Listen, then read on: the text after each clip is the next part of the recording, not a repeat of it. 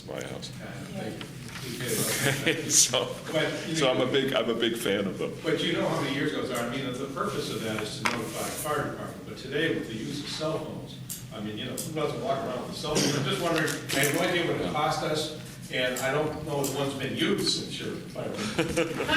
No idea what the cost would be. I mean, And what would we say by doing it? They gotta be maintained, they gotta maintain them, so I don't know what the cost is to maintain them. It may be not a big item, but there's one less thing the fire department has to do, and I assume the electric department gets involved, because it's electricity. So it's a stupid question, but I just wonder if we might save money, and do we really need them? I mean, we have another fire, we shouldn't need them. I think it was the last for 1993, last time it was used. Premium that there's no cell phone in the house? No, Jim, we haven't got that. Just wanted to know. But seriously, Mike, let's maybe take a look at the concept. I have no idea how many we have, I have no idea what it costs, but there's gotta be a cost. They get painted periodically. frankly, I can't even think about ever seeing one, but they're I'll probably. drive you around sometime. Come around this weekend, Mike, I'll drive you around. Mr. Chairman, as I recall, this issue was looked at a couple of years ago, shortly after I came on. And I do recall that there was a difference between, for example, the boxes that are in the Belmont Center area and perhaps some that were in more residential areas. There was some cost associated with removing some of those that was higher than what you and I might have anticipated. I'm confident that that's something that the fire chief is continuing to look at. It also strikes me as one of those things we probably ought to keep. We can for ask, the reason Angela said. I mean, we can sort of follow up and ask what any.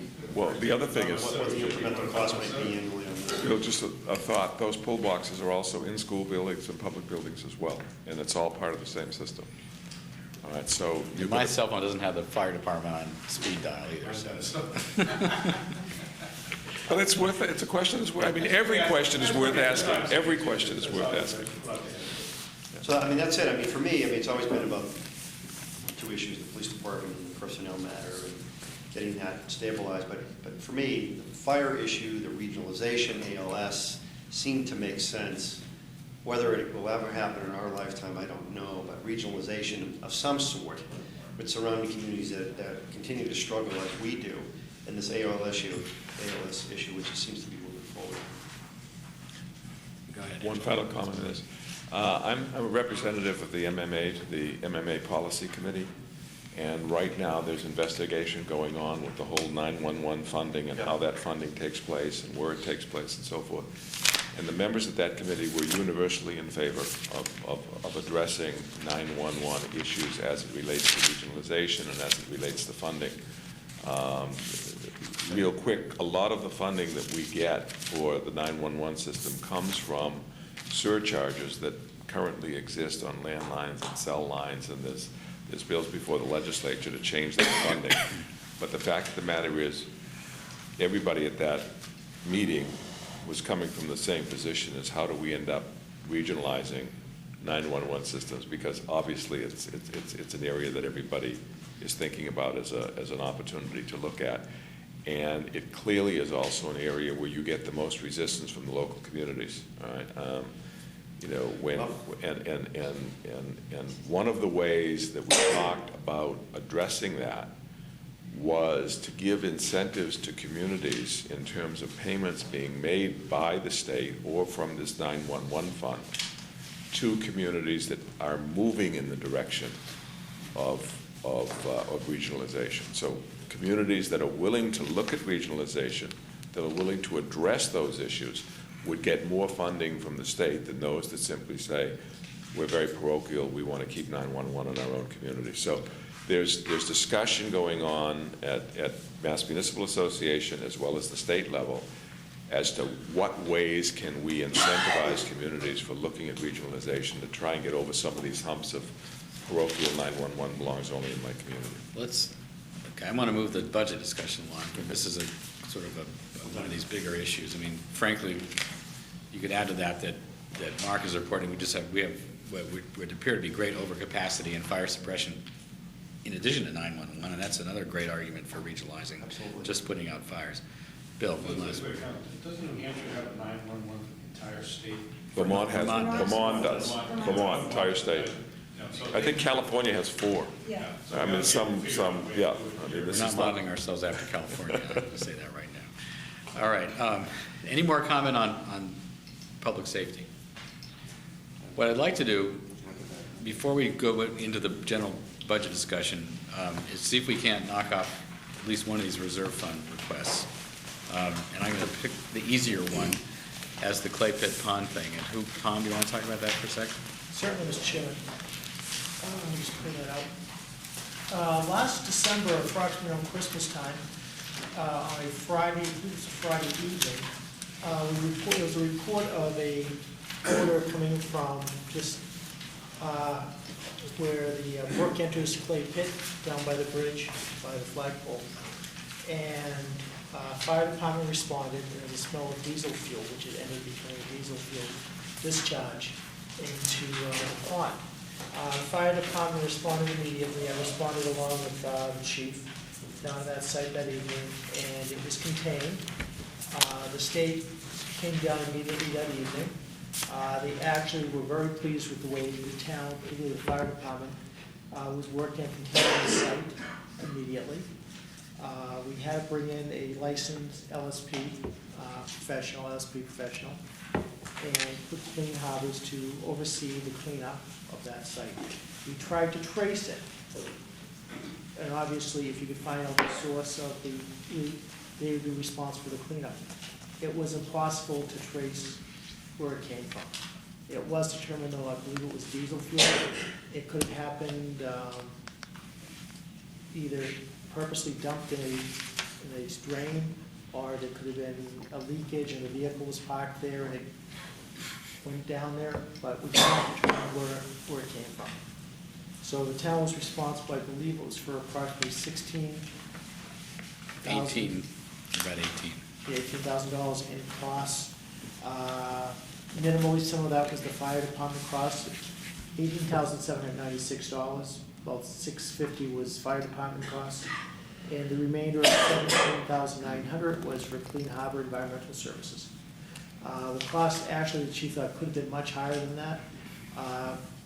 Had the state not seen that we had taken the action immediately that evening to begin the cleanup and begin the stoppage of the flow into the pond. So we haven't spent any money on the Warrant Committee Reserve Fund. The balance is $557,000, $557,420. Is there any comment on this particular request? Do we have a motion? Move approval. Second. All in favor? Aye. Opposed? Okay, I'm going to put off the next one unless I really need to. Do we need to do this tonight, Angelo? The home rebuilding stairs? We do need to do. we do, yeah. Trying to do it. We have to, okay. We've been holding it up for about 3 weeks, so. Okay, because this has the potential to, I'm going to put this at the end of the discussion. We'll do the budget Oh. and get to this. So we'll get to this tonight? Yeah. Yes, okay. So we'll try to reserve something, because this has the potential to be a little longer. Can I borrow your ballpoint pen? All right, let me just sign this thing here.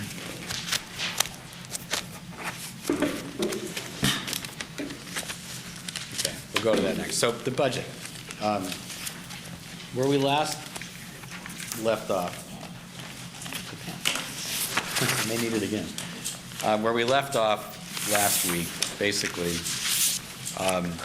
after Scott's presentation, was with a gap, if you want to call it that, of about $454,000 on the school department side. This is assuming $350,000 of savings on the town side that are not going to be, were not proposed to be revisited. The $454,000 deficit, for want of a better word, on the school side assumes some additional savings in medical insurance and spending more money from the lab credits than had originally been budgeted. So that's where we are. Scott made a presentation last week for a $4.5 million override, which would net $500,000 for the town operating budget this year. What we need to do, there's, I guess, on the table is a credible proposal for a $4.5 million override, operating override this year. There is an attempt by the selectmen and others to close the school department gap so that it approaches zero. From the 454 goes down to as close to zero as it can be gotten. The school committee and school department are actively engaged in this effort as well. It's not just the selectmen. So that's that. If that process goes successfully, I think it was termed calming the waters on the Saturday, March 1st meeting, then another credible proposal would be to have no operating override this year. And others have mentioned the possibility of having a very small override to cover a few things. But that hasn't really been actively discussed. So anyway, that's where I see the conversation going right now. There's sort of no override this year with an expectation. Most everybody has the expectation that if we don't have an override this year, an operating override, we'll need one, a significant magnitude next year. Now, added to all that is that the selectmen, the roads override, which the Warrant Committee has unanimously been in favor of, the selectmen need some time to get that on a ballot. So we have to resolve the other question about an operating override in the next couple or 3 weeks, it seems to me, in order to get a roads override on the ballot prior to, or in some responsible time before everybody leaves to go out for the summer. Scott, you indicated to me earlier that you had a refinement, or you wanted to further discuss the $4.5 million proposal that you made last week? Yes, I have some more information for the committee if you'd like to. Why don't you come on up and let's do that right now. Some of what I have, just sit here if that's okay. Jack. Some of my information may not be as accurate as something that Floyd could produce. With apologies for not sending this out in advance, I just finished it this afternoon.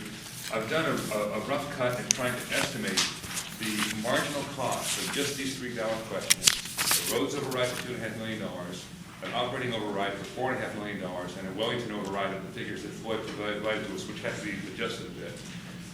And I broke them out using the average impact on tax bill figures that Floyd gave us last week. So I'd like to send this around, and then I have to make an immediate correction to it because of something that Floyd told us at the meeting last week, which he indicated was that variance was something he told the newspaper, and it turns out he told the newspaper about the Wellington costs was correct. While this is going around, again, because the school committee's proposal is in the spirit of looking at a 3-year program, so that we would say to the voters, we'll ask you for an override, they're coming around. I've got more from you. In fact, why don't you go ahead and send this around, Mark. Three-year analysis. I got to thinking, if we were to actually cost out on an annual basis these sequences, one that the Warrant Committee has been recommending, roads override first, delay of an override, Wellington coming in fiscal year 10 as well, all three in fiscal year 11 in all the scenarios. See what the cost implications would be for the average tax bill using Floyd's figures. This does not, because it's a marginal analysis, does not include the additional $217 to $220 a year that would be added because of the usual growth of Prop 2.5 taxes. Just focusing on these three questions. If there were no other increases in taxes, this is what the impact would be on the bill. In addition to the Warrant Committee's recommendation for a roads override, followed the following year by operating override, and Wellington would hit in the same year in this analysis, but where it hits is kind of irrelevant to the marginal difference. The school committee proposal for the $4.5 million, which in this proposal was to be a 3-year representation of the public that we'd make this last, would come in at a rate of $653 according to Floyd's figures in the first year. The second year, the operating would continue at $653. Wellington, actually, in all these figures, Wellington is at $325 on a 20-year note, not $363. Floyd had said $363 at the meeting. He had previously told the newspaper that $325 was the correct amount. So, in point of fact, that needs to be changed. He just handed me that note as I came in this evening, rather than $363 per annum for Wellington, which occurs in both fiscal year 2010 and fiscal year 2011 in all the proposals. It reduces each one by, I think, $76. The total 3-year tax increase for the Warrant Committee recommendation is $3045 instead of $3121. School committee proposal total for 3 years is 3.335 instead of 3.411. And then I have something here called the third way, because this is based on something that Mrs. Bruce mentioned is another possible way just to look at this whole issue of sequencing and 3-year analysis and so forth. And I believe her point was, well, suppose we ask the voters to increase the levy limit by the $4.5 million in year one, but only used $3 million of that in the first year, 375. In other words, stripping out the suggestion or the proposal from the school committee, to attack the backlog of capital funds, just to see what that would look like in terms of the impact. And as it happens, that turns out to be slightly the least expensive of the 3 possibilities, but the delta between them, if these figures are correct, and I'm hoping that they are, because again, they're all based on Floyd's information, depending on which way you add these up, the difference is about $290 between, to the average taxpayer, the average home in 3 years, in the Warrant Committee recommendation versus the school committees. And again, this third way, so-called, comes in somewhere in between. And I got in the third way computation, I simply used 2/3 of the 653, 436 figure, and then halfway between 436 and 653 is the 544 that's in the second here. This is probably something that's a little bit complicated to explain while we go here, and I know you have other aspects of this you want to get to. I just simply wanted to, well, first of all, I want to say that I was incorrect last week when I said that the impact of this would be the same on the taxpayer irrespective of when these things happen. That's not correct. The dollar figures for each of the overrides, I don't believe changes, at least not much. But if you put the biggest of the overrides in early, in the first year, that school committee proposal, it does increase the overall cost to the taxpayer. So I was incorrect on that. But I thought looking at this in a 3-year time span might be a productive way of looking at how these would hit the tax bill opposite, not including the normal Prop 2.5 increases. I've done a lot of thinking about the sequencing of these overrides. And Scott, the question I keep coming back to on doing a $4.5 million operating override this year, assuming we can, and obviously this is a big assumption, but assuming we can reduce the existing school department, the 454, down to something close to 0, then what we're saying to voters is I just don't see the argument for an operating override, a compelling argument for an operating override this year, if in fact we can make it through this year without one. And I guess I subscribe to the view which says that in this town anyway, an operating override is something that, as Walter McLaughlin once said at town meeting, we have to really earn from the voters. And part of earning that from the voters is all the people in town government speaking with the same voice. So in other words, we need to have a unified Board of Selectmen. We need to have a very strong, hopefully unanimous warrant committee. We obviously would like to have a unanimous in the school committee. And we need to have a compelling argument to bring to the voters which says, if you don't give us this override right now, this year, this is what you're going to do without. And if we go to the voters with a $4.5 million override this year and we say, well, if you don't actually vote for it, you're not going to do without anything. Very much. I mean, that's not true. Obviously, I'm exaggerating. We'll do without a little. The street lights will be turned out, but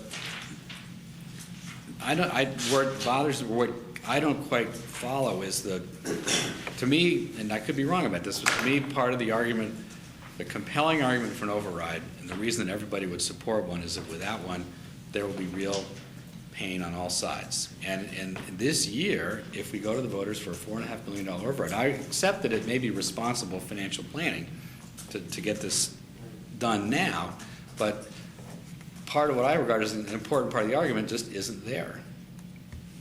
On the town side, no one's even asking for an override, and on the school side, we are hoping to be looking at, yes, some of the enhancements, full day K isn't there, there's a few things that aren't there, which kind of raises the question, would you want to do an override? But, I mean, we don't even need to go there right now. I just don't see the compelling argument for an override, which I think needs to be there for voters, which is that if we don't have it, this is what you're going to do without, on both the town and the school sides.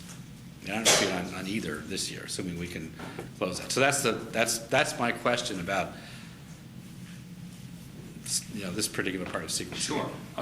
From my perspective, and what I tried to, what was able to convince my colleagues on the school committee, maybe harder so here, is that looking at that $4.5 million override for next year simply to fill an operating gap. The question I asked was, is that really, if we're going to ask the voters to dig that deeply into their wallets, is there some other sequencing for this that would fund all these things, especially the roads, which, we all know in March in particular, everybody's well aware of how the roads are going, that might generate more benefits than just asking for an override to plug a one-year gap next year that's going to be huge. And so the spirit of this is to, by asking for this money earlier and trying to use it in a responsible way, 4.5 may not be the optimal figure. It's what I used because that was the figure that was being estimated by some people for what the just one-year gap would be in fiscal year 2010. Because the one question that's begged is, if you ask them for the voters for $4.5 million in fiscal year 10, what's your plan for fiscal year 11? Trying to think about a 3-year sequencing in which we have some sense as to how we would take care of all 3 of these important ballot questions.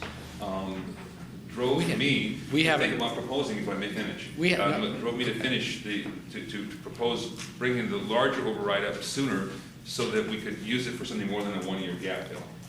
Well, no one said that the override plan for FY10 hasn't even been discussed, and let alone whether it's going to be a 1, 2, 3, or 5-year override. So, Scott, with all due respect, that question hasn't been. I mean, that's a bit of a red herring because we haven't even talked about that. Yes, the $4.5 million figure has been bandied about, but we have not done an analysis of what it actually needs to be to plug a 3-year gap, in your example, and clearly we need to do that.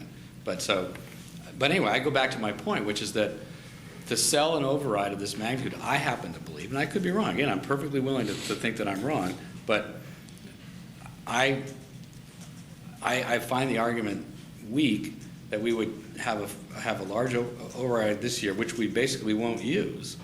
Well, and the scenario that says we use it all, we spend it all, we spend part of it on roads, a lot of it on roads, we spend some of it on capital items that didn't quite make the top cut, and we only spent $500,000 on the operating side, which I just think that's a weak argument, that's all. So I don't need to say any more. You also have the last word, Angela. Oh, I got the last one. All the good points are made by the time the afterward. Mark, and we're going to go around the room like this. I understand, Mr. Chairman, your comment about not considering 10, fiscal year 2010, and maybe too late to do that, but I think what we seem to fall into every year is the one-year decision. And we really need to look out multiple years and think about sequencing on operating overrides or significant cuts. So I think there's some merit in the sequencing approach in terms of looking at, well, if you do it this year, then you're not going to need to do it next year. What's your strategy? Can you get the roads override to pass? Frankly, I'm not convinced it will pass if there's no operating override, just based on the meeting that I attended on March 1st. But that said, I think we need to look at it in a 3 to 5 year time frame and say, what can our sequence be? Goes back to financial forecasting, looking at our cuts, and I'm not one to support increasing our infrastructure. By no means do I want to increase our infrastructure, because that's not sustainable. But at some point in time, we do need to pay more. I'm not certain when that makes sense, but I think sequencing and looking out beyond just this 1 year is important. Moving around the Roby. We're clearly facing a debt exclusion and 2 overrides in the next 3 years. We could talk about the amounts and the sequence, but there are 3 overrides. And in that scenario, there's going to be a very large tax increase, somewhere in the 29 to 32% range over the 3-year period.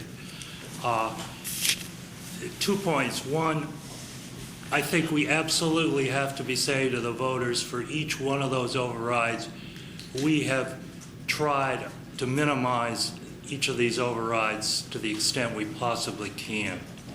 And passing a $4.5 million override right now does not fulfill that criterion. In my view, we're passing an override for more than we need to do. We are not squeezing ourselves at all. And I think for a strong voter case over the next 3 years, we have to demonstrate that we are being as fiscally prudent as we possibly can.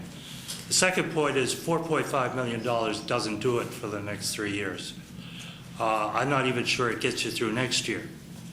I think it leaves you about $500,000 short next year, and another $800,000 or so the following year. So if you're going to take that approach, I think you have to add about $1 million to it, based on the projections of the P&L that Barbara's done, and I've run the numbers out. Bill? Yeah, a comment, Scott, I appreciate you putting this together, but I'd like to see you add to this the 2.5% increase we go there, because it does compound on the, not on the debt overrides, but so that people can look at what they're really paying. I appreciate what you did, I'm not being critical, I don't even mention it, but I think it'd be nice if we're gonna have to convince voters to show them what the $2 they're gonna be paying, because 2.5 is there, and it is gonna compound. If we do a 4.5, whatever the heck override we do, it does compound. So if you wouldn't mind adding in what that total cost is at the end of 3 years, including the 2.5%, so people would know. We can say to people, this is what the real cost is. Because I think if Roby's right, I think one of the things we have to be honest with people about is what's the real cost to the voter out there? Absolutely. What's the total dollar line you're gonna pay? I don't care which way we slice it and dice it here, as we're talking about. The shortfall I'm talking about is over and above the compounding effect of the 4.5. I know that, I understand it, but I'm saying with what we've got now, I want to be able to look at and say to the voters, if we do any of these proposals, this is what you're actually going to pay. Yeah. Well, if this conversation goes forward, I strongly suggest that Floyd Carmen, not Scott Stratford, be the one to do that, because, it's a miracle I got all these figures to add up in 3 rows. This is the guy that makes the big bucks. Liz had something before you, Floyd. Liz, go ahead. A couple comments. First, a technical one for Scott. Do you no longer believe that money has I remember when you understood present value really well. You probably want to do that, and when you do that, the differences between these proposals will be bigger. The second is, and this really kind of follows on, Phil, to your comment about we have to earn overrides. I continue to think that a road override that is passed this year, where tangible results can be delivered, voters can see that something is happening for their money, is a better way to build credibility than repeating the same, than using the same approach which did not work well the last time. And thirdly, I really want to echo Roby's comment that doing it quickly and in my head, I cannot see that 4.5 can possibly, I can't see how that can work as a number. Maybe it can, but it's really hard for me to see that. The only way it works is if you do cuts. Right, no, understood. You pay me now or pay me later. Right, but the idea is this is a kind of a, we don't go through this particular exercise of grinding out 100,000 and 200,000 and 300,000, then 4.5 can't be the number. Just very quickly, first of all, I plead ignorance on, or guilty as charged on the time value of money. This was meant for as a simple illustration of comparison between them, and of course I think the numbers would vary somewhat, but the magnitudes wouldn't be up by that much. The proposal for the school committee, the more I thought about it, it seemed like a budget constraint. In other words, could we in fact do for $4.5 million what this proposal claimed it could? If it couldn't, it couldn't. How much are we going to have to keep finding economies along the way for that to work? And if it's not realistic, then how much more would be needed? This is just simply taking a couple numbers that seem to be already out there and reversing it to see what benefits there might be. When you start actually adding up compounding, when you start thinking about whether they're going to be incremental monies from, for example, pilot programs that I know that Mr. French is looking into, or building permits, new growth from the plains, whatever. I mean, someone looking at both the revenue and the expense side might be able to say, if we could actually realize savings for plan design in year 1, and something like some growth numbers in year 2. In other words, there may be factors well beyond this extremely simplistic analysis that could be helpful in a multi-year framework. But just to go back to Mark's point, I do think a multi-year framework is something that this group seems to have appreciated about the effort at least to bring this forward. Oh, there's no question about it. I think every one of us is fully behind a multi-year framework, and Mike made some excellent points last week about the need to do just that and to confront the operating override in a truly meaningful way. And I don't see any lack of resolve on that point. Again, I just think we're a year. I've said my piece here. This just seems to me to be a year early. The other thing about the roads override, which hasn't been mentioned, is that, to me anyway, there's a nice thing about having the roads override by itself. I mean, it might not pass, but voters will have had the opportunity to express their view on whether on the state of the pavement in their town, and they're going to either endorse the pavement management approach or not. And it is a simple and clear thing, and I think that, I like the simplicity of it, and it's a one-issue thing. People will do it, and we'll be done with it. We're not going to re-vote it next year if it goes down. It's not coming back, for a long time. So that's, I like the clarity of the roads override, separate from the bigger one. So, Angela, you have the last word. Remember, you can comment on what everybody says. Liz, then Mark. No, actually, Mark. Okay, Mark, then Liz. Because Mark's going to say, it, I'm not going to agree with it, so he can say it first. I, more than anyone at this table, want the roads to be fixed. I want an override to pass. My sense of politically where the community is today is the operations, the operating issues, the schools, the towns, they are more concerned about than the roads. And so people than I am. My thinking is, well, we need to commit to the roads because it's going to cost us 25 times more 5 years from now. The prudent thing to do is to spend money today. We can't force an override to pass. We all voted for it. If it was voted for just the warrant committee, we passed it unanimously. And so my thinking was, we have free cash. We can commit that to the roads and ensure that at least we start on the right path on the roads.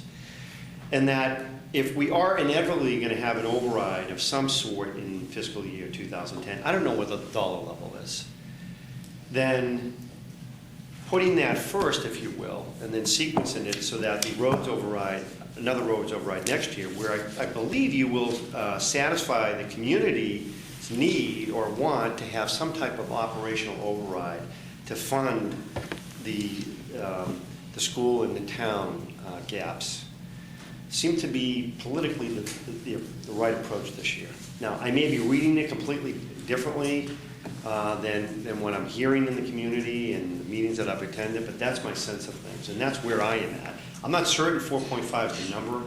I do agree with Roby in that we do need to continue to look at ways to cut as well, because I don't want to increase our infrastructure in any way that we have to now continue to sustain it. So maybe it's not 4.5. I'm not reconciling when you say it needs to be more in order to be sustainable. So I'm quite getting that piece. Take our current quote level service budget and you play that for the next 3 years with an increasing deficit as we continue to run deficit budgets. 4.5 million doesn't finance the next 3 years, even compounding. So then your point would be that we do need still, even if we were to have an operational override, we still need to cut because we can't sustain it at 4.5. Yeah, it would be more like 5.5. Yeah, I'm not in favor of it being bigger. But I certainly can understand the need. Now we're going to, now Liz. Yes. Right, and I preface this by saying, I have enormous respect for the political blood that runs in Mark's veins, a true son of Cambridge. I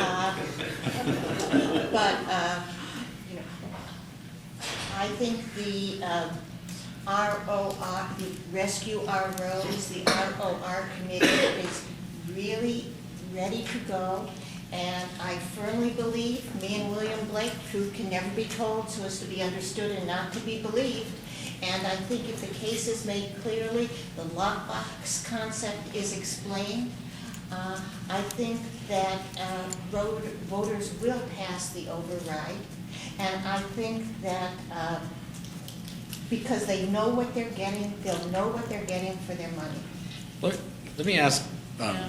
sorry, but Mark and well, Scott, really, is it your sense of is it your position personally, I guess, and is it your sense of the school committee that if the what's still out thing here was reduced to zero, so there was nothing still out, that you would still be promoting the idea of a $4.5 million override?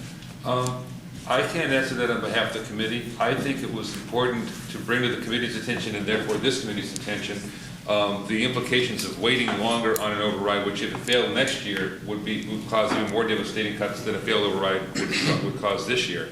But I do think, to the point that's been raised by a number of people, including Mr. Ferenzi, that and his colleagues on the Board of Selectmen, that the big concern of the parents right now, and in particular, is trying to find a way to come as close to so-called level services as possible. I think everyone understands that long-term planning, all things held constant, is better than year-to-year planning. Everyone around this table certainly understands that. So to the extent that I personally would like to make sure we identify what those costs are and the burden it puts on an operating override for next year, both to be bigger and to get us less. That being said, I do think that there's a lot of power to the argument of closing this gap and, that's satisfying some of the concerns that Mark's concerned about. That's my opinion. So I take that as a qualified yes? Long and qualified, right. Ralph? I've got some questions, I guess, about the way the roads might be done if there were no roads override. I'm thinking back over the past 20 years, and every so often, we tell the voters we're going to do the roads. We even pass overrides and say we're going to do the roads. So we don't put the money really in the project. Or we delay putting the money in the project while the costs escalate enormously so that the projects just never work. If this $4.5 million operating proposal were put through, would it include a $2.5 million dedicated stabilization fund for roads and roads only? No, it's a 1 year. Oh, no roads in it. Free cash, right? Okay, because if it doesn't, I think really then you're going to have to, the $2.5 million number is already at least a year old. You probably would have to withdraw the whole concept and rethink it again because you've lost some more time in the cost of asphalt. The proposal was to spend $2.5 million on the roads, just like we would if we had an override, and then have the roads override in next year. But would you spend it just like you? Well, I don't know. The real question in my mind as to whether or not that would happen, or whether or not we would fall back into the same behavior we've been in before. Peg had her hand up first, and then Jim. Thanks. I would want to start again by acknowledging the work that Scott has done, because I think it's the important discussion that we're having around the table. And I would acknowledge also that there is pain. There is absolutely pain across the town in terms of finances and trying to level fund services. But I also think, and there's good hard work that's happening, and I think that needs to be acknowledged by everybody.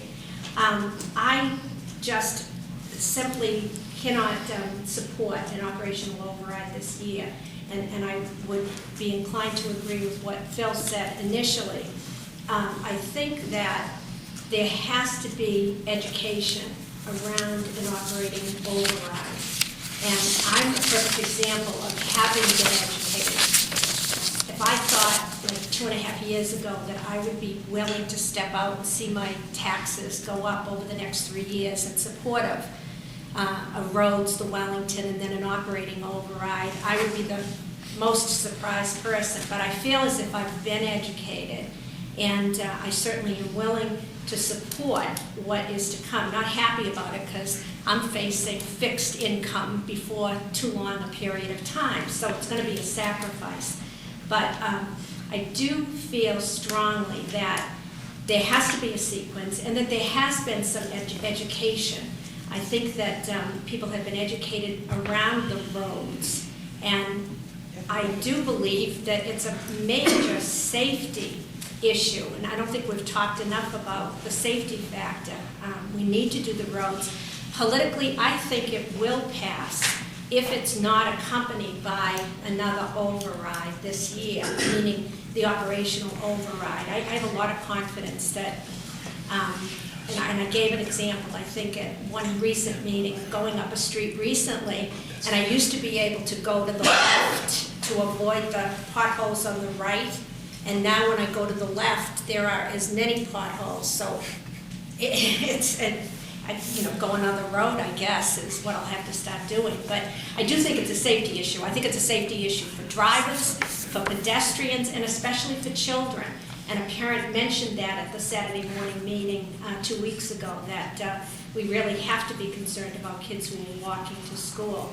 So I would be very much inclined to support the roads override this year, and then the Wellington when it comes up, and then an operational override in the following year. Jim? But the comment, I'm going to just make one comment. That's this, if we keep going around in circles on this, as we have ever since the school committee, in essence, said they don't like our original recommendation, what's going to end up happening is, if any selectmen can be persuaded to put any override on the ballot later this spring or perhaps early summer, it'll be ill-prepared. There will be the public will not really know why it's on, and I think the result is whatever is put on will fail. Unless we get our ducks organized and decide what we're going to do. There's no question but what we have to get this, wrap up this discussion, not tonight, and then to sort of revisit the planning. How much money we can responsibly save on health insurance will hopefully be decided Monday night at the selectmen meeting on the 17th. The school committee has a meeting next week, I guess, right? Tuesday. And you guys will talk a little bit about your budget. And so we need to understand if we can in fact close or almost close the $454,000 gap. We're just not there yet. And we may be there next week. And then the selectmen have to make a decision. We're not going to vote on anything tonight. I doubt we're going to vote on anything next week. And then we really, we need to know from you guys what your plans are, and whether you need to, or whether if you don't care what the warrant committee says about it, then I don't see that there's any reason for us to vote at all. But if you need to know what we think, then we can discuss having a vote on the nature and amounts and timing of overrides. Is that clear? Yes. So my turn. Yeah, your turn now. You've been quiet. Been very, very patient. Very quiet. Bill's really wants to get in before you. Okay, that's right. For quite some time. I think you asked a very good question, Phil, of the school committee. Is the realistic ability to be able to close that gap, and I think that's going to be important to the whole sequencing issue. But I do believe that if that gap exists at some significant level, that the roads override will be significantly at risk unless there is a long-term plan in place for all of the overrides, and the two overrides and the debt exclusion. Okay, well, it's 20 minutes past 9. Linda? This group endorsed having a roads override put up, what, a month ago? I'm not sure how long ago we voted. Long time. And I hardly endorse that, because that's the one thing that confronts every single one of us when we leave our house in the morning, on our way to having a alignment. Okay. If you guys, and audience questions are financial, you have the last word. So let's have just a quick response from starting closest to Peggy. Do you have anything? Keep moving down. I'm just here to, I'm Peggy Eisenbach. I'm a town meeting member, Precinct 7, and co-president of Chenery. And I just came really to observe, and always, there's a lot of couple argument there. I would agree. Parents are concerned. I think I've said that before. The cuts, they don't want to see the cuts. And I think there's something very poignant about the cuts to a school program that feels different than the roads. I don't think it's an either or. I think that what I've heard a lot of wisdom to the table sitting here today. I think we're looking for long-term planning because we don't want to, we have to think about the long term, not just for the kids, but also for the town services as a whole. So I applaud you for looking at solutions, but I can't offer a particular one. But I guess I would say that it's very, parents notice the services, they worry about that. And it's tangible and it has ramifications. So I think they would feel better about, I would say they would feel better about voting for a roads override if they knew their kids still, play violently.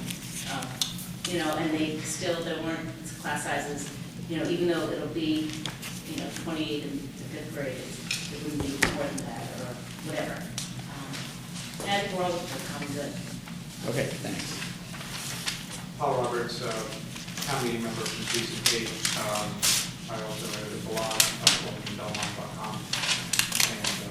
And I also think there's been a good discussion tonight. I live on the wrong half of Cross Street, so as I like to say. So I certainly fully appreciate the horrible conditions we're in. I'm also inclined to agree that it is a safety issue. You've got cars swerving around potholes, and that's just me. So I would definitely like to see the roads upgraded. I would like to say that, in response to your question, that the voters need to see that the town is feeling some pain before it asks for an override. I think that you had probably about 250 or 300 parents in the room on March 1st who were saying very strongly to you and very clearly to you that having an elementary music education program that's very beloved in this community is pain. And that, the premise of this discussion right now is that we can close up. Yeah.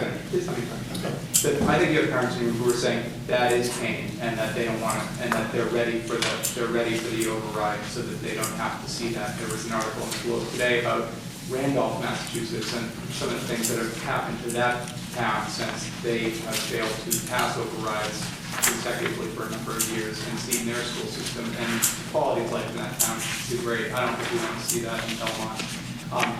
And I do very heartily believe that parents would be comforted if they thought that there wasn't this, we weren't kind of moving from budget crisis to budget crisis, that there was a long-term plan that the political leadership of this town had articulated and was behind, whether it was a 1-year plan, a 2-year plan, a 3-year plan. Here's what's going to happen, and we are all behind it. We're behind it. We're saying we're behind it this year, and we will be behind it when the override vote comes up next year. That would be comforting, because I think that these serial crises, these passionate meetings are divisive in town. I think they're pitting young families against older residents. I think they're pitting the families in one school against the families in a different school, and it's divisive. And I think political leadership in this town needs to steer us through the calmer waters. That's what we put you in office to do. And if we can make it quick, we have another business to do here, so. I'm very quick. My name is Kimberly Becker. I've been at all the meetings, as many school committee and warrant committee meetings as I could be at, and tonight was the most sort of educational for me, listening to this discussion. It helped a lot, and individually speaking to people around this table.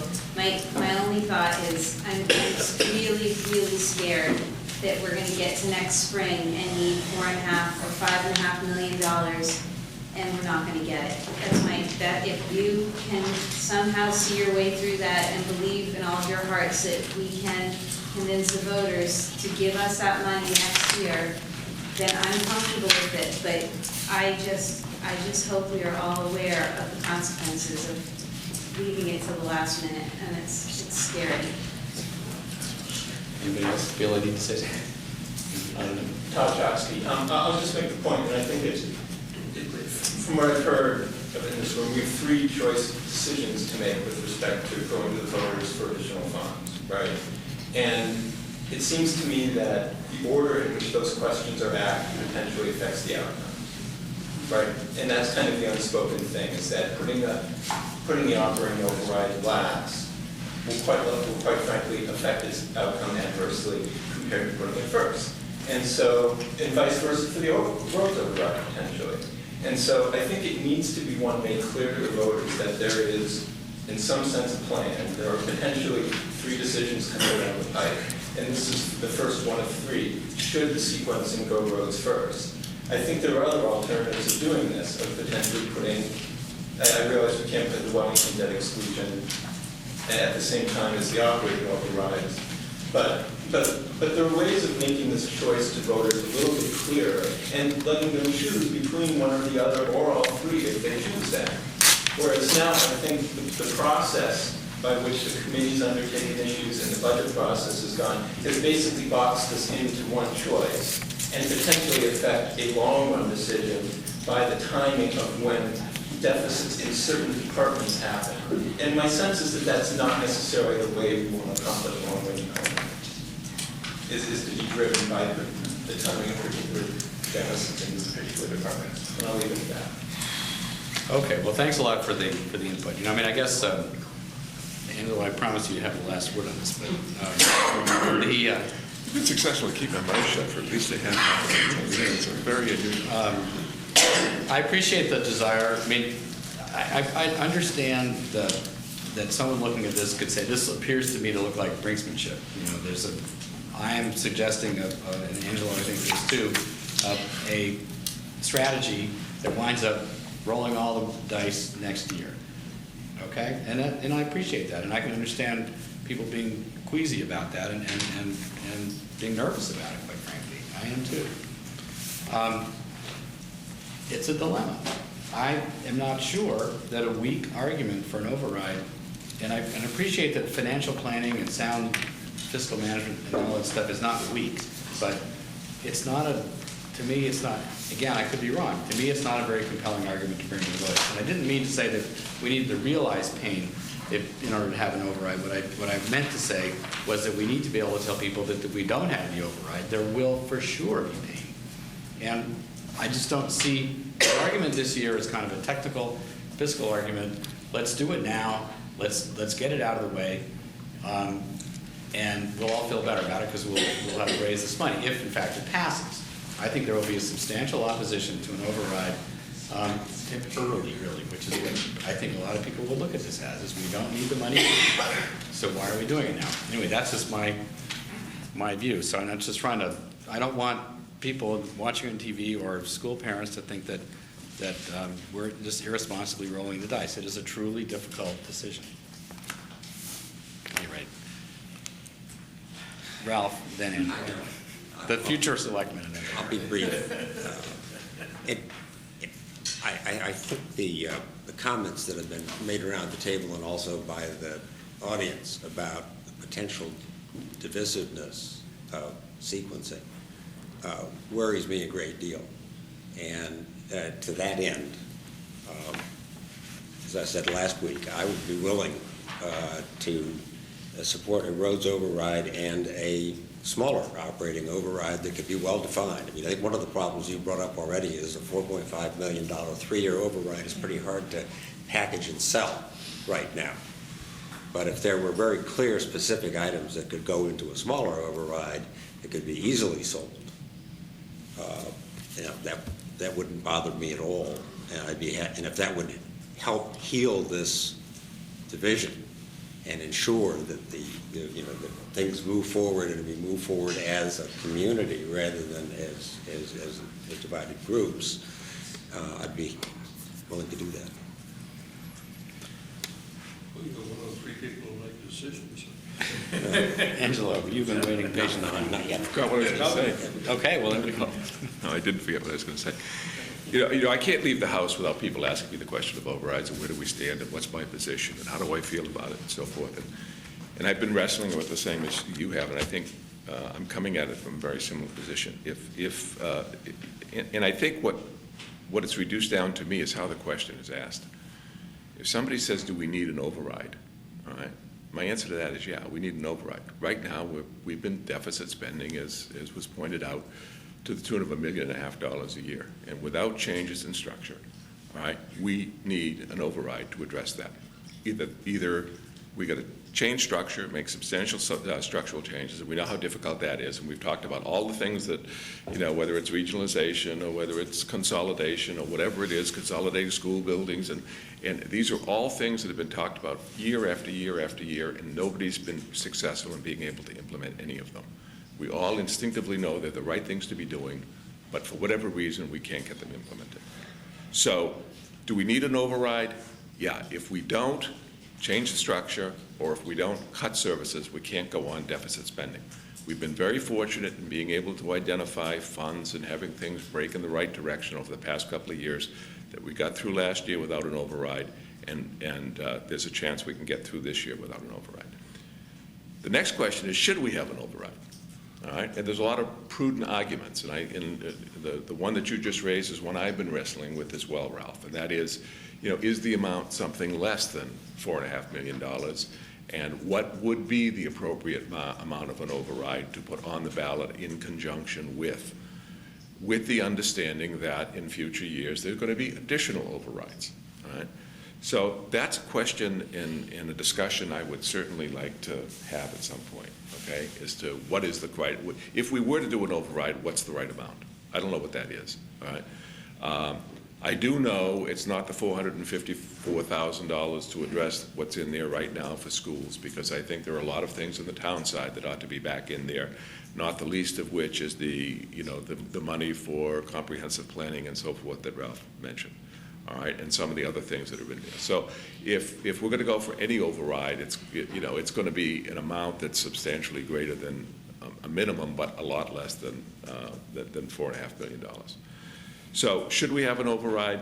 Yeah, possibly. There's pretty good reasons for having it. But where I come down on is when I answer the question, must we have an override? All right, and my answer to that is no. I think there's still room, all right, to be able to get through this year by identifying one-time sources, by continuing to do what we can do to demonstrate to the voters that we can use their money in a very responsible way, and that we don't have pockets of money in the budget, all right, that we can always go to be able to rescue ourselves from the kinds of situations that keep us from making the kinds of tough decisions that we need to make. All right, so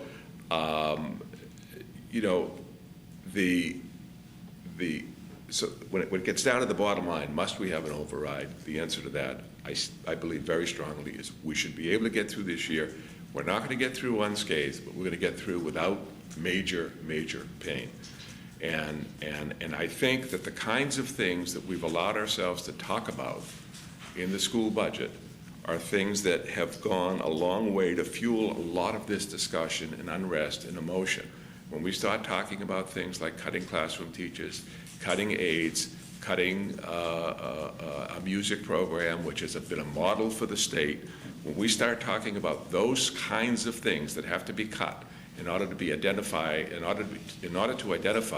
$450,000 or $500,000 out of a $38 million budget, okay, it leads me to believe, and I said to Scott today, that I don't know where the money is in the budget, but if Jerry Missel and Peter Holland would like a team of people to sit down and go through that budget, account by account, dollar by dollar, okay, I am convinced, based on the experience I've had of 45 years in business, that we can identify $400,000, $250,000, $300,000 in money in that budget that can be cut, all right, to come up with a balanced budget without affecting library aides, without affecting textbooks, without affecting teachers in the classroom, and without affecting other kinds of programs like that that have such wide town-wide support.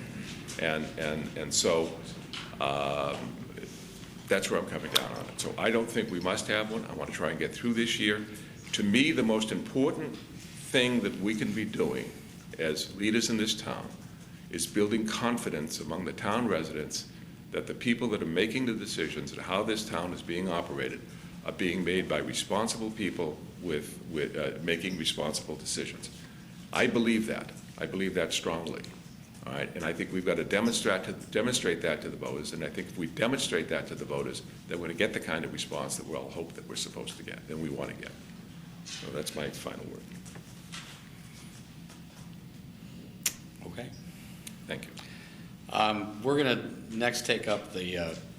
So anyway, just to back to the budget, just in 2 seconds. So next week will be further efforts to try and figure out if we can actually reduce the 454 down to somewhere less than that. Hopefully, get rid of it altogether, and then we need to have come to some kind of decision, I think, on the 26th collectively about what the long-term plan is. Hopefully by then we'll have a better idea of what we'll actually need in FY '10 for an override that will, keeping in mind that this is going to get refined over the course of the next year. But I want to be able to go to town meeting in April and say, this is what the plan is. This is what we need, this is what we decided to do, this is what's going to be necessary in FY '10 and 11 and 12, or whatever the right number of years is. But so next week is, I think, going to be more nitty-gritty. Where can we save some more money? Sure. Yeah. Just quickly, the school committee has been put on the agenda for the seventh meeting, late in the meeting, and perhaps we can make some progress at that point. Being on Monday? Yes. Okay, great. That's one of the notes I meant to raise with you. We've got a 9:30 meeting, I guess, with the school committee. Yeah. Following the. That's when it's discussion, scheduled. So. Okay, well, I'll be there too, so. Right. Because of course, the school committee still hopes to have, hope against hope, our legally required public hearing on the budget is still scheduled for the 25th. So with any luck, I mean, if we're able to get to that point, whether white smoke appears or wherever, then your meeting on the 26th from the school perspective would be a cakewalk, if that happens. Okay. All right, well, we have to, all right, that's that. If you guys want to stay for the, this reserve fund transfer, you're welcome to do so. That's why I came, Phil. Well, hang around. It doesn't say Washington Street on it, but it